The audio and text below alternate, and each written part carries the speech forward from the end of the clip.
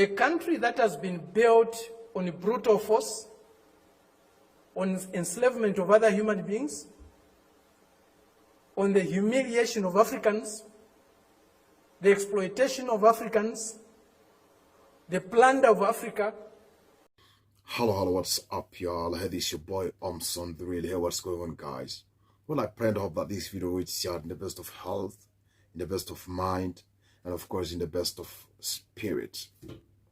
Man, I don't know if you guys have heard this speech, but the other day during the Beijing Conference on Democracy, the president of Zambia's Socialist Party, His Excellency, the most honorable, the most fearless Fred Mpembe, grilled the United States of America in a way you won't believe.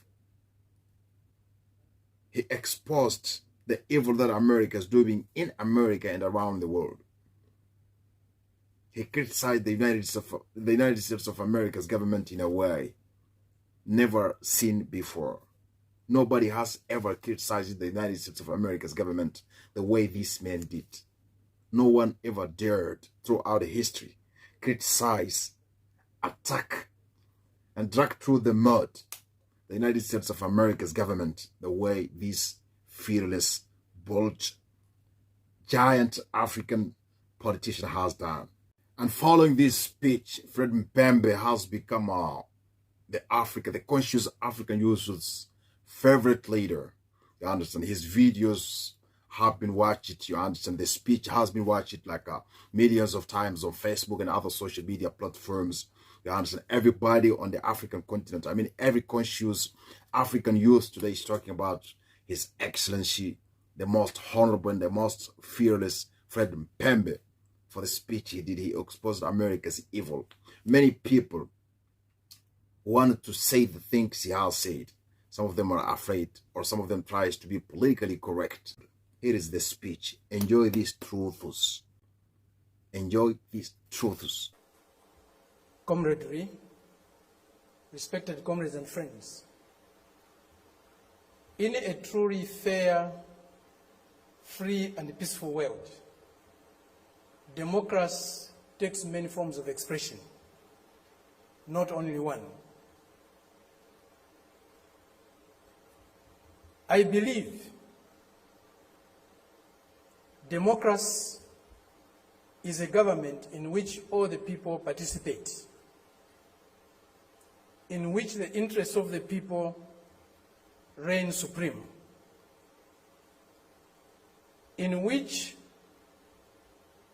their country's sovereignty, their country's honor is at the top.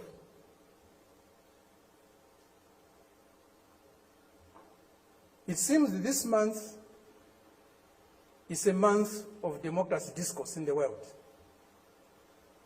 At the end of this month, there will be a conference in Lusaka, or a summit in Lusaka, Zambia, my country, led by the United States. They have come to Southern Africa to teach us democracy. A country that was opposed to our liberation, a country that supported colonial regimes, the apartheid regime in South Africa, the white racist minority regime in Zimbabwe, now Rhodesia, now Zimbabwe, the Portuguese colonial governments in Mozambique, in Angola, in Guinea-Bissau, and Cape Verde, today is coming to Africa to teach us about democracy. A country that has toppled so many governments in Africa, that has led so many coups in Africa and other parts of the world, a country that has killed so many of our leaders in Africa and other parts of the world, the killers of Patrice Lumumba, those who toppled Kwame Nkrumah, those who killed Nasser, those who killed Muammar Gaddafi, today are coming to teach us about democracy.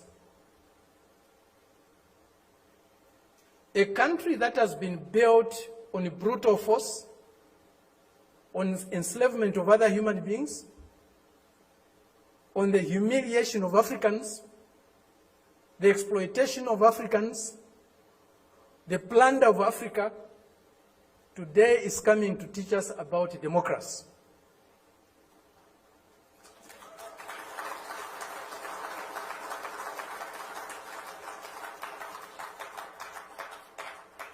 That's the arrogance, the imperialist arrogance, the racist arrogance that we are subjected to. We cannot have democracy where there is hegemony of the strongest, mightiest imperialist power. We cannot have democracy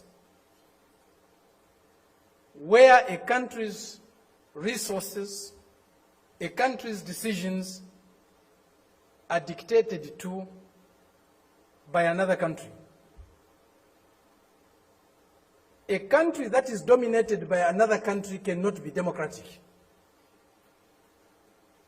A country that lacks sovereignty cannot be democratic. A people that cannot decide for themselves cannot be democratic. A colony, a neo-colony cannot be democratic. That's why today, even at the United Nations, membership is on the basis of sovereignty. Only sovereign nations can be members of the United Nations, because only sovereign nations can decide for themselves. A colony cannot be a member of the United Nations. It's not by accident. It's not a mistake. If you have no respect for the dignity of others, if you have no respect for the sovereignty of other countries, you cannot claim to be a champion of democracy. They used to say, all roads lead to Rome. Today we can confidently say, all roads to progress, all roads to what is better for humanity leads to Beijing.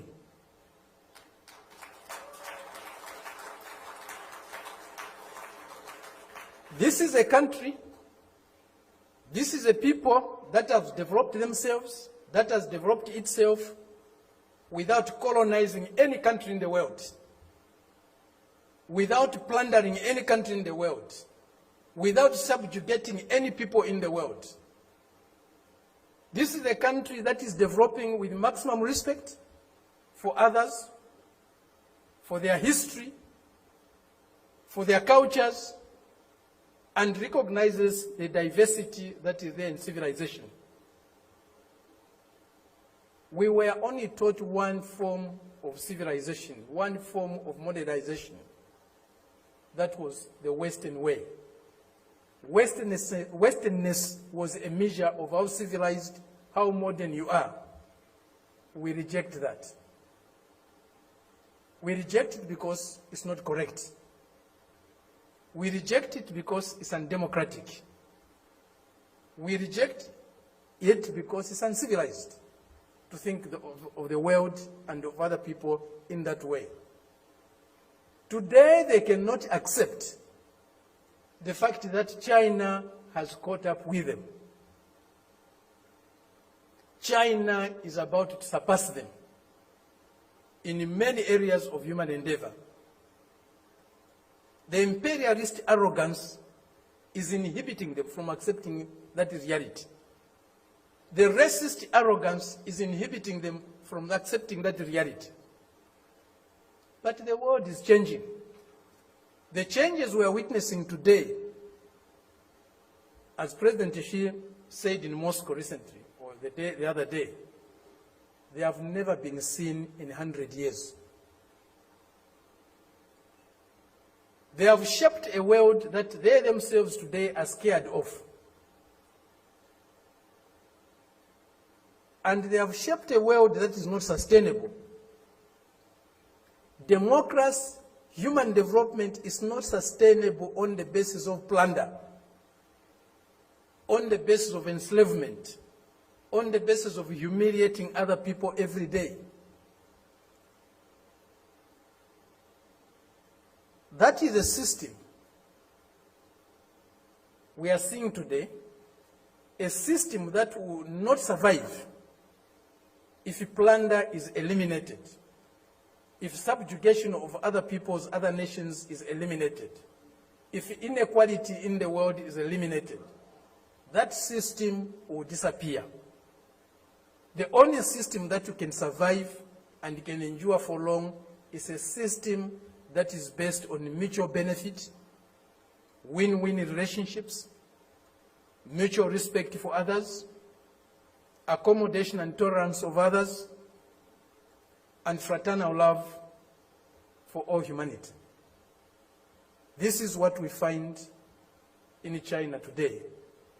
This is what China's example is showing us. Indeed, all paths are different. There's no path that is the same, even if they are leading to the same destination. Each path has got its own characteristics.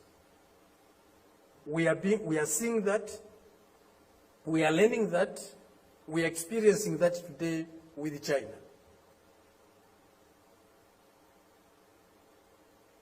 There are many things that need to be done to get the world that we want.